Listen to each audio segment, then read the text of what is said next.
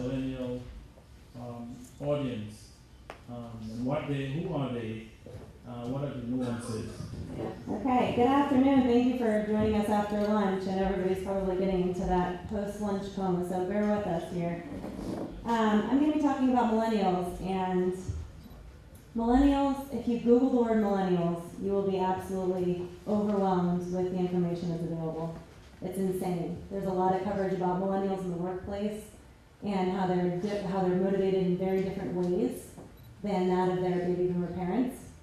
We won't get into any of that, but it's really interesting reading if you manage any millennials. The way they travel is also very, very different from the way their parents travel. So we'll take a closer look, and let's check out some numbers first. So there are different definitions of the age range here. I have 17 to 34, some have it stopping at 30, 31, so this is kind of up in the air, but the gist is similar. Their expected annual spend by 2017, according to Ad Age, is $200 billion. And this is across all sectors. This isn't tourism specific, but that's an unbelievable number. In their lifetime, they're expected to spend $10 trillion. This group is very brand loyal. So if they have a good experience, if they like a brand, they're more likely to come back to it.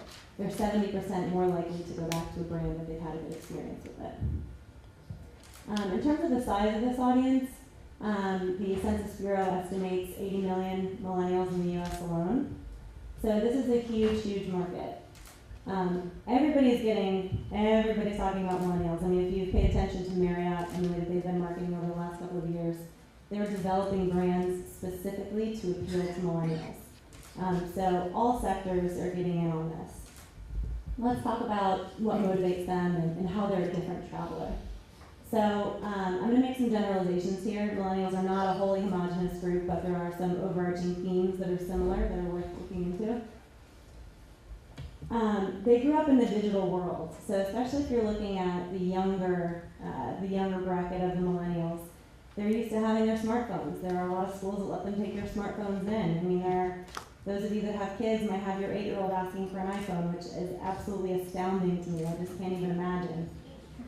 But they're used to being able to be online and be connected, and that has shaped the way that they shop and the way that they set expectations about where they're going.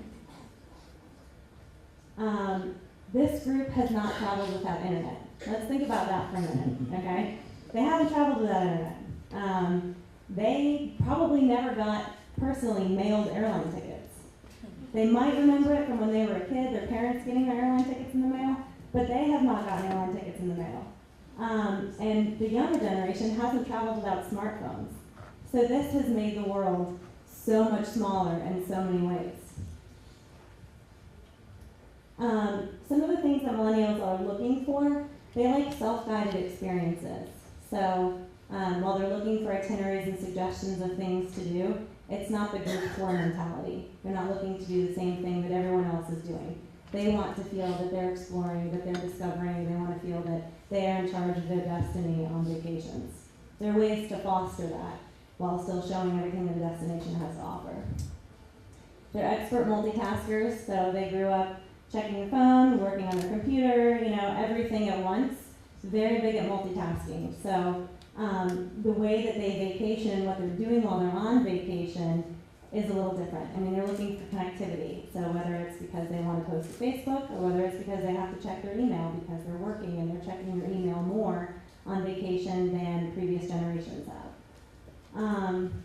The connectivity thing is really a big deal. I mean, a lot of destinations have apps nowadays, but millennials want to go on their own and look for reviews. They want to Yelp things. They want to be able to research where they're going. They're going to stop off at Willie T's. There's a chance they're going to want to look it up on the way to read about it while they're on the way there. And that's the type of experience that they are expecting. Social is absolutely king. I was in my office for this today. I was in the office on Monday, and I know I'm young, but I'm one of the oldest in the office, if you can imagine that. And one of the guys was saying, "Oh my God, there's a new social media site launched today. It's like a Pinterest for your Instagram." And I was like, "What?" I don't need a Pinterest for my Instagram. But everybody's taking pictures and posting. I mean, if you've been anywhere with food bloggers, I mean, you need a 20-minute hold before you start eating so that everybody can take pictures and post them and tag and who's checking you in. And that's part of the travel experience. And these stories are being shared real time. And there are opportunities to harness that because that's serious word of mouth and that's serious online chatter. Okay, so the type of social content that millennials are looking for, it isn't enough just to have a Facebook page. It isn't enough to have a Pinterest page. I mean, they're looking for unique content. And millennials want to feel like they're being talked to from, an authentic point of view, right? So advertising copy, style, speak isn't what we're looking for here. They want tips from a bartender about how to make that cocktail. I want to know from a bartender how to make a painkiller. And that's authentic to me. I don't want to read about that in advertising copy. I want to feel like that was an inside tip given to me. Third-party reviews are more important to this group than their parents. They place a lot more trust in third-party reviews. And I know that TripAdvisor can be quite the headache. And monitoring TripAdvisor is like a job in and of itself. But reviews are very, very important to this group. So community management, reputation management is definitely something to make sure is a part of the mix. Discovery is a key driver. I hate the term off the beaten path, but this group wants to feel like they're bringing home a secret. They want to feel like they've discovered something, that they're not going where their parents went, that they're going somewhere new or different when they're back in the office on Monday. They have a story that is worth, everyone taking a minute of their day to listen to. And we're talking about discovery. I mean, this can be interpreted many different ways. It doesn't all have to do with adventure and activity and whatnot. International travel is huge to millennials, though a shocking amount of Americans are still without passports. Mixology has been absolutely huge. I mean, culinary tourism has always been popular, but we're looking for really bespoke experiences here. I mean, hands-on cooking experiences, things that are lively and fun. Taking those drives off the beaten path that, there aren't a lot of cars on. They feel like they're doing something that's a little uncharted. And that was actually me in the BVI like 10 years ago, and I thought that was a fun time. So interestingly enough, millennials influence Gen X. Gen X won't tell you that.